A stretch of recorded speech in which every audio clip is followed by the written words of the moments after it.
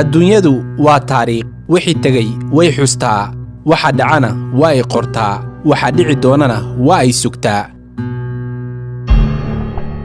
ummad kasta oo dunida ku nool waxay leedahay dhacdooyin taariikheed oo soo jireen ah oo ay ku dhaataan ama ay ka dhidiyaan waana laba midood taariikh ximbaarsan baraare iyo himilooyin wanaagsan oo la hantay ama taariikh ximbaarsan tiiraanyo dhiilo ama xasuus reeb ah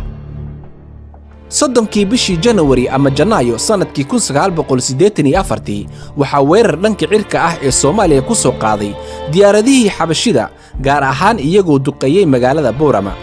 ciidamadii cirka ee xabashida waxay weerarkaasi ku burburiyeen guryo ku yiilay magaalada sidaasi oo kale waxay burbur xoogan u geysteen iskuulo hoose dhexe iyo malcaamado dugsiyada quraanka wax lagu bartaa waxayna halkaasi ku xasuuqeen arday u socotay iskuulaadkooda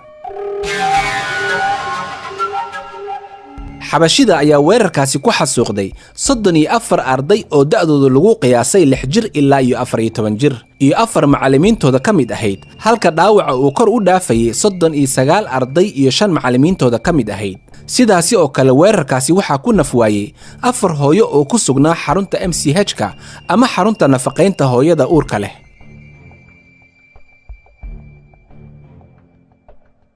hooyadani waxay caruurteedii u dirtay aroortii hore malcaamada quraanka laakiin waxay ka war heshay caruurteedii oo gantaalo cirka ugu soo gamayaan xabashida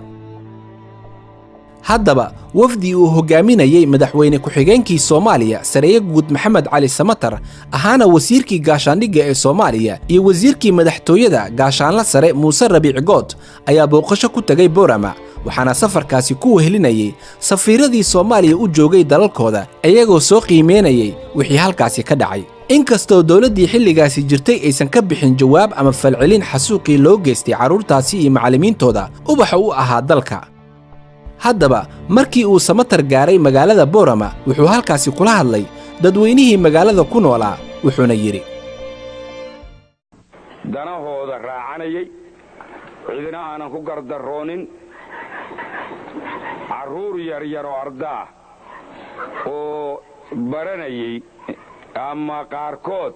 waxa laga yaabaa darsiga ay qaadanayeen markaa inuu ka mid ahaa duruus diiniya dad